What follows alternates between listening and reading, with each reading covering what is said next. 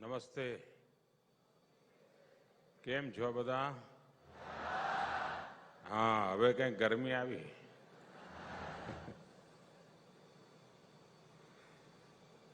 गुजरात के गवर्नर श्री आचार्य देवव्रत जी, यहाँ के लोकप्रिय मुख्यमंत्री श्री भूपेंद्र भाई पटेल, गुजरात सरकार के मंत्रीगण, शिक्षा जगत के सभी दिग्गज, गुजरात के होनहार विद्यार्थी मित्र, अन्य सभी महानुभाव, देवियों और सज्जनों, आज गुजरात अमृत काल की अमृत पीढ़ी के निर्माण की तरफ बहुत बड़ा कदम उठा रही है.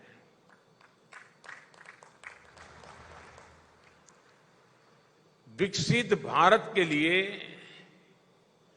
विकसित गुजरात के निर्माण की तरफ ये एक मील का पत्थर सिद्ध होने वाला है. मिशन स्कूल्स ऑफ एक्सीलेंस, इसके शुभारंभ पर मैं सभी गुजरात वासियों को, सभी अध्यापकों को, सभी युवा साथियों को, इतना ही नहीं आने वाली पीढ़ियों को भी बहुत बहुत बधाई देता हूं, शुभकामनाएं देता हूं.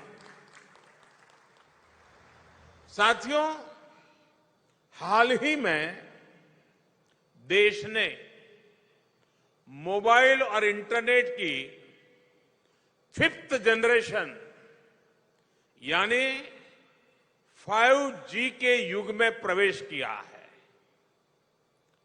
हमने इंटरनेट की 1st G से लेकर 4G तक की सेवाओं का उपयोग किया है. अब देश में 5G बड़ा बदलाव लाने वाला है. हर जनरेशन के साथ सिर्फ पीढ़ी नहीं बढ़ी है, बल्कि हर जनरेशन ने टेक्नोलॉजी को, जीवन को करीब से करीब हर पहलू के साथ जोड़ा है. साथियों, इस प्रकार हमने देश में स्कूलों की भी अलग अलग जनरेशन को देखा है. आज 5G, स्मार्ट सुविधाएं, स्मार्ट क्लासरूम, स्मार्ट टीचिंग से आगे बढ़कर हमारी शिक्षा व्यवस्था को नेक्स्ट लेवल पर ले जाएगा. अब virtual reality, internet of things, इसकी ताकत को भी हमारे छोटे छोटे बाल साथी, हमारे विद्यार्थी स्कूलों में बड़ी आसानी से अनुभव कर पाएंगे. मुझे खुशी है कि इसके लिए गुजरात के इस मिशन स्कूल ऑफ एक्सीलेंस के तौर पर पूरे देश में बहुत बड़ा और महत्वपूर्ण और सबसे पहला कदम उठा दिया है. मैं भूपेंद्र भाई को, उनकी सरकार को, उनकी पूरी टीम को भी साधुवाद देता हूं, शुभकामनाएं देता हूं. साथियों, बीते 2 दशकों में गुजरात में शिक्षा के क्षेत्र में जो परिवर्तन आया है वो अभूतपूर्व है.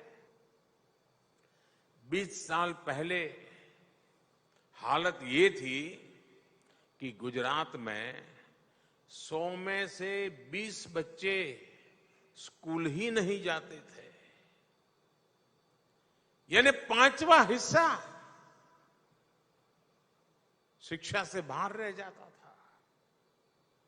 और जो बच्चे स्कूल जाते थे उनमें से बहुत सारे बच्चे 8वीं तक पहुंचते पहुंचते ही स्कूल छोड़ देते थे। और इसमें भी दुर्भाग्य था कि बेटियों की स्थिति तो और खराब थी। गांव के गांव ऐसे थे जहां बेटियों को स्कूल नहीं भेजा जाता था। आदिवासी क्षेत्रों में जो थोड़े बहुत पढ़ाई के केंद्र थे, वहां साइंस पढ़ाने की सुविधाएं तक नहीं थी। और मुझे खुशी है, मैं जीतू भाई को और उनकी टीम की कल्पकता को विशेष रूप से बधाई देता हूं।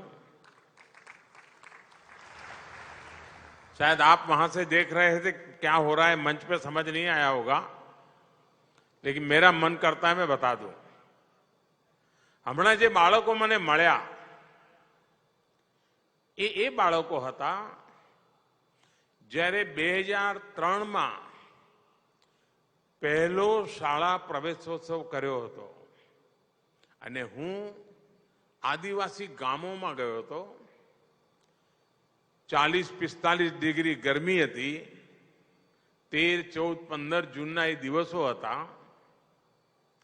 અને જે ગામમાં બાળકોનું ઓછામાં ઓછું શિક્ષણ છે, દીકરીઓનું ઓછામાં ઓછું શિક્ષણ એ ગામમાં ગયો હતો અને પહેલી વાર એ ગામમાં મેં કહ્યું હતું હું તમારે ત્યાં ભિક્ષા માંગવા આવ્યો છું અને મને તમે ભિક્ષામાં વચન આપો કે મારે તમારી દીકરીને ભણાવવી છે ને તમે તમારી દીકરીને ભણાવશો। અને એ પહેલા કાર્યક્રમમાં જે બાળકોને હું આંગળી પકડીને નિશાળે લઈ ગયો હતો એ બાળકોના આજે મને દર્શન કરવાનો અવસર મળ્યો। આ પળે હું સૌથી પહેલા એમના માતા પિતાને વંદન કરું છું, કારણ એમણે મારી વાતને સ્વીકારી।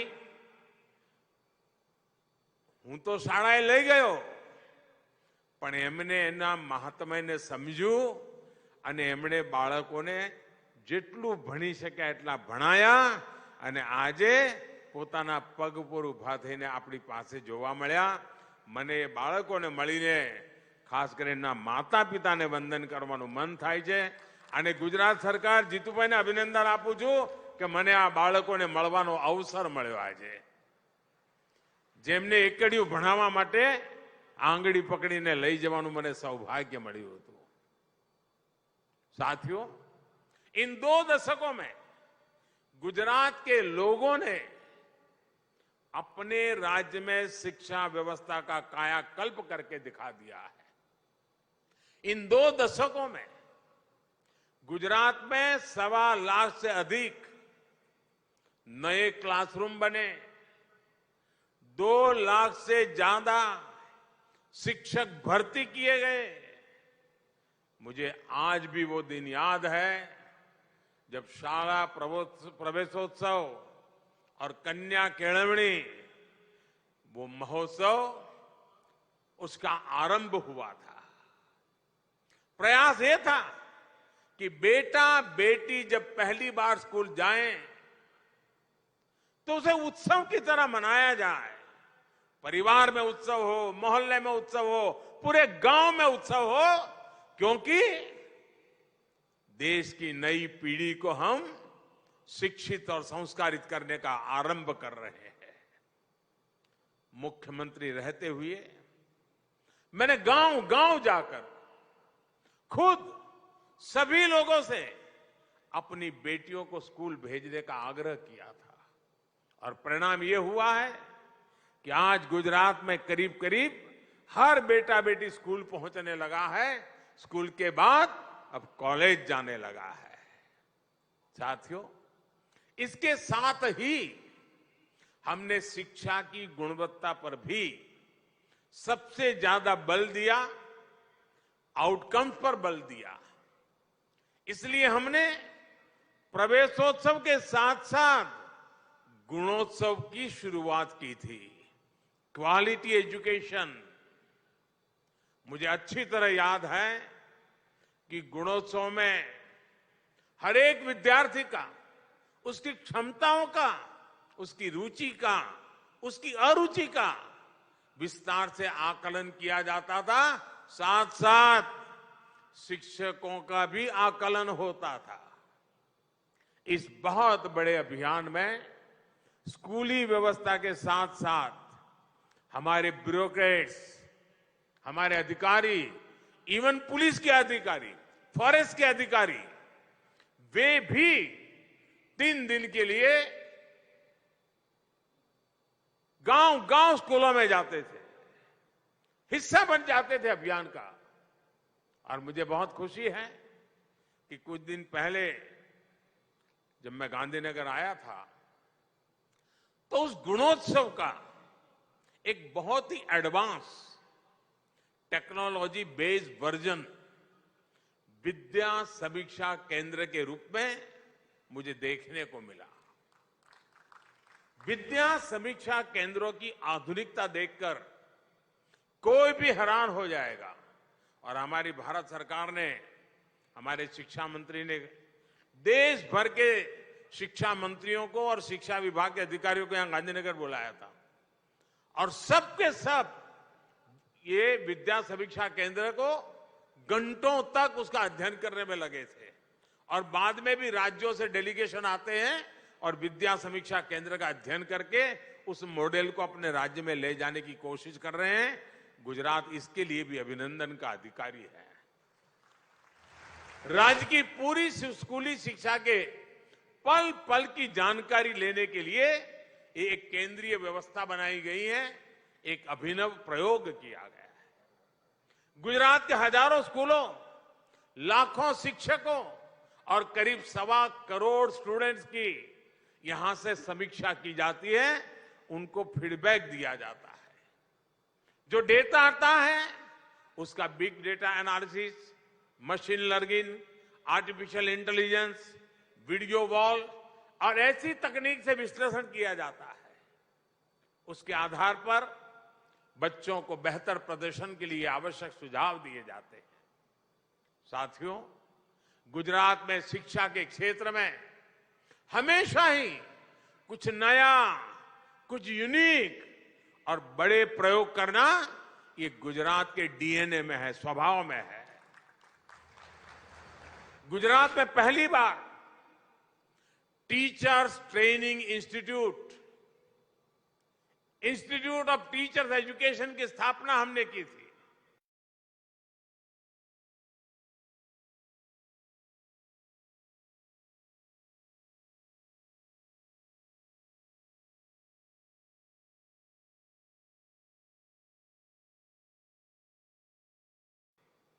चिल्ड्रन यूनिवर्सिटी, दुनिया में एकमात्र यूनिवर्सिटी चिल्ड्रन।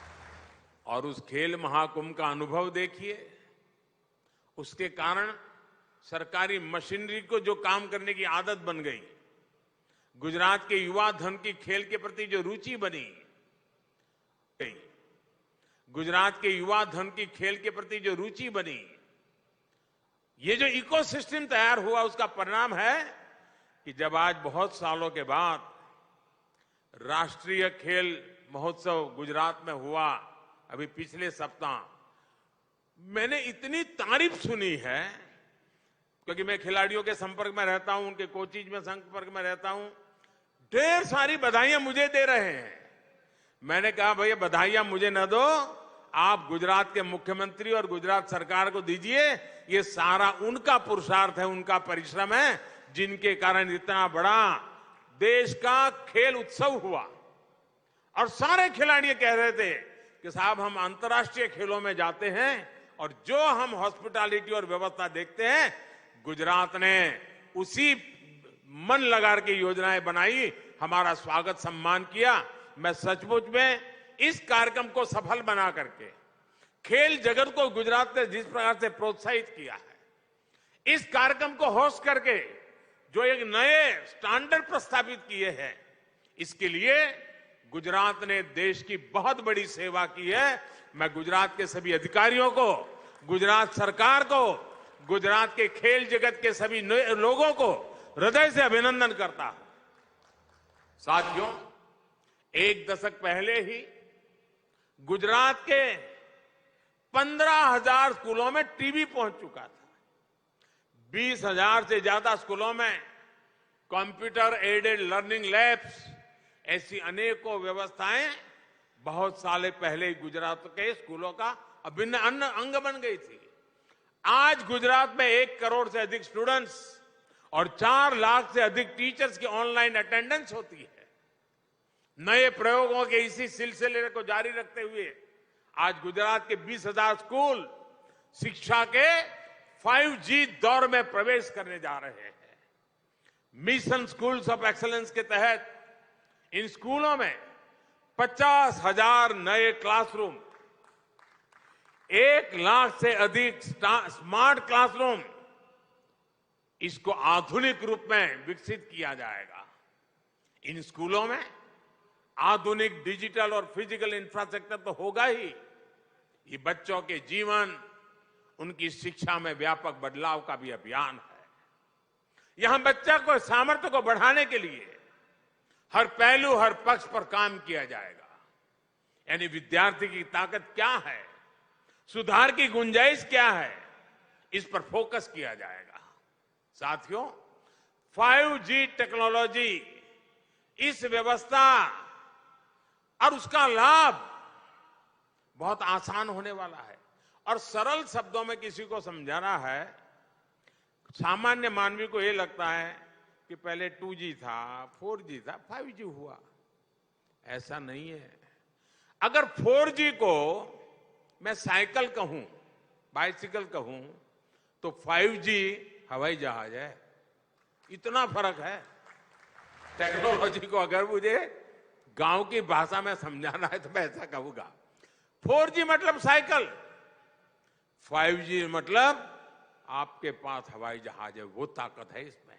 अब गुजरात को बधाई इसलिए है कि उसने इस 5G की ताकत को समझते हुए इस आधुनिक शिक्षा, इसका बहुत बड़ा मिशन एक्सेलेंसी के लिए किया है। ये गुजरात के भाग्य को बदलने वाली चीज है और इससे हर बच्चे को उसकी जरूरत के हिसाब से सीखने का मौका मिल पाएगा। इससे विशेष रूप से दूर सुदूर के गांवों के स्कूलों की पढ़ाई में बहुत मदद मिलेगी। जहां दूर बेस्ट टीचर की जरूरत है, आराम से इसे उपलब्ध हो जाएगा।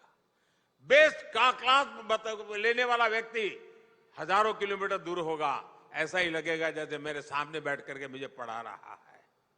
हर विषय के बेस्ट कंटेंट हर किसी के पास पहुंच पाएंगे।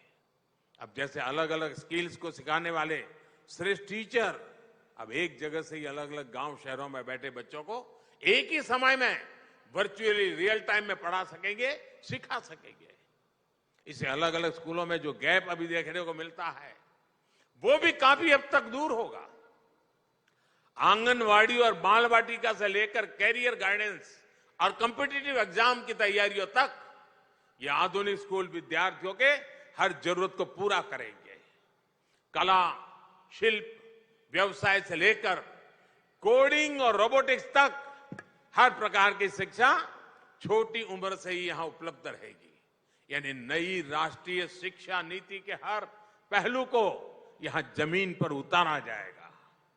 भाई और बहनों, नई राष्ट्रीय शिक्षा नीति के माध्यम से पूरे देश में इसी प्रकार के बदलाव को आज केंद्र सरकार प्रोत्साहित कर रही है। इसलिए केंद्र सरकार ने पूरे देश में 14,500 से अधिक पीएम श्री स्कूल बनाने का भी फैसला किया। ये पायलट प्रोजेक्ट है।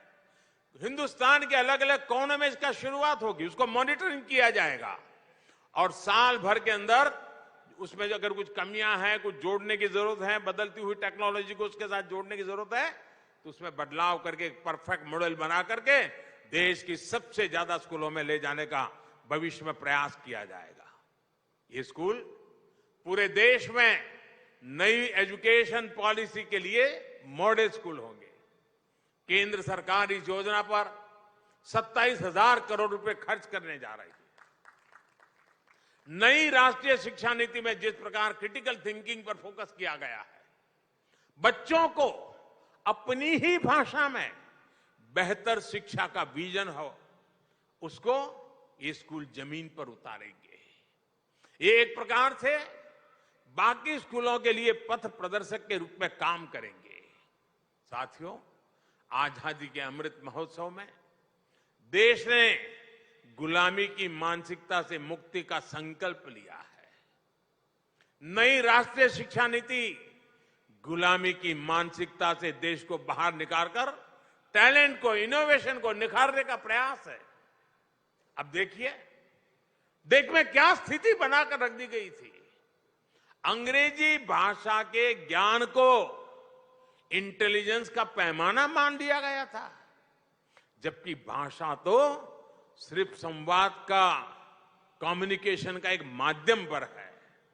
लेकिन इतने दशकों तक भाषा एक ऐसी रुकावट बन गई थी जिसने देश के गांवों में, गरीब परिवारों में प्रतिभा जो थी, जो प्रतिभा का भंडार था, उसका लाभ देश को नहीं मिल पाया।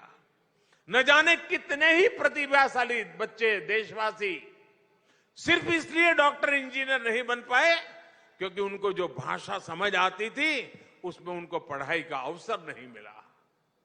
अब ये स्थिति बदली जा रही है। भारतीय भाषाओं में भी साइंस, टेक्नोलॉजी, मेडिकल, इस पढ़ाई के विकल्प अब विद्यार्थियों को मिलना शुरू हो गया। गरीब मां पण છોકરાને અંગ્રેજી શાળામાં ન ભણાવી શકી હોય તો પણ દીકરા દીકરીને ડોક્ટર બનાવવાનું સપનું જોઈ શકે છે અને એની માની ભાષામાં એ બાળક ડોક્ટર પણ બની શકે, એ દિશામાં આપણે કામ કરીએ છીએ જેથી ગરીબના ઘરમાં પણ ડોક્ટર તૈયાર થાય। गुजराती सहित अनेक भारतीय भाषाओं में पाठ्यक्रम बनाने के लिए प्रयास चल रहे हैं। ये विकसित भारत के लिए सबके प्रयास का समय है। देश में ऐसा कोई नहीं होना चाहिए जो किसी भी कारण से छूट जाए। यदि नई नेशनल एजुकेशन पॉलिसी की स्पिरिट है और इसी स्पिरिट को आगे बढ़ाना है। साथियों, शिक्षा पुरातन काल से ही भारत के विकास की धुरी रही है।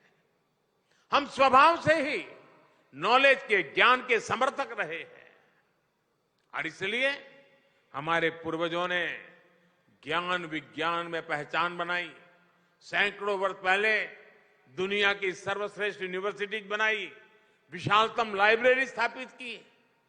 हालांकि फिर एक दौर आया जब आक्रांताओं ने भारत की संप्रदा को तबाह करने का अभियान छेड़ा, लेकिन शिक्षा को, उस विषय में भारत ने अपने मजबूत इरादों को न छोड़ा, मजबूत आग्रह को कभी नहीं छोड़ा।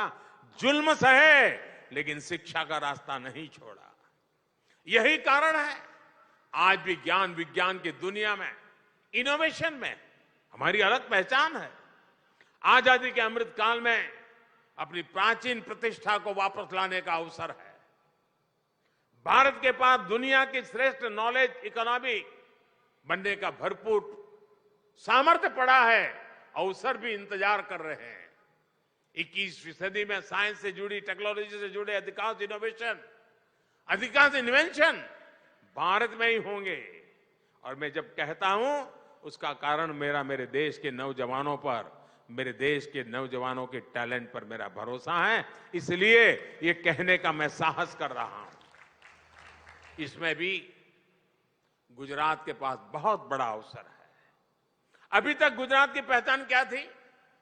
हम व्यापारी, कारोबारी, एक जगह से माल लेते थे, दूसरी जगह पे बेचते थे और बीच में दलाली से जो मिलता था उससे रोजी रोटी कमाते थे। उसमें से बाहर निकल के गुजरात धीरे धीरे मैन्युफैक्चरिंग के क्षेत्र में अपना नाम कमाने लगा और अब 21वीं सदी में गुजरात देश के नॉलेज हब के रूप में, इनोवेशन हब के रूप में विकसित हो रहा है। मुझे विश्वास है कि गुजरात सरकार का मिशन स्कूल्स ऑफ एक्सीलेंस इसी स्पिरिट को बुलंद करेगा।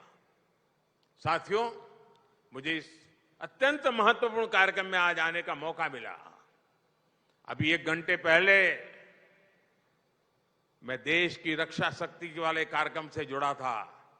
घंटे भर के बाद देश की, गुजरात की ज्ञान शक्ति के इस कार्यक्रम में जुड़ने का अवसर मिला है और यहां से अभी जा रहा हूं जूनागढ़, फिर राजकोट, वहां समृद्धि के क्षेत्र को छूने का मुझे प्रयास करने का अवसर मिलेगा। साथियों, एक बार फिर मैं गुजरात के विद्या जगत को, गुजरात की भावी पीढ़ी को,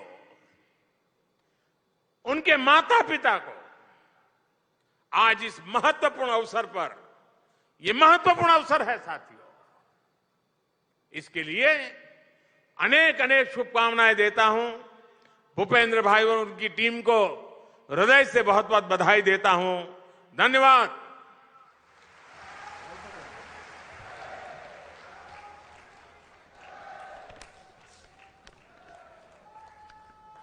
माननीय प्रधानमंत्री जी, आपके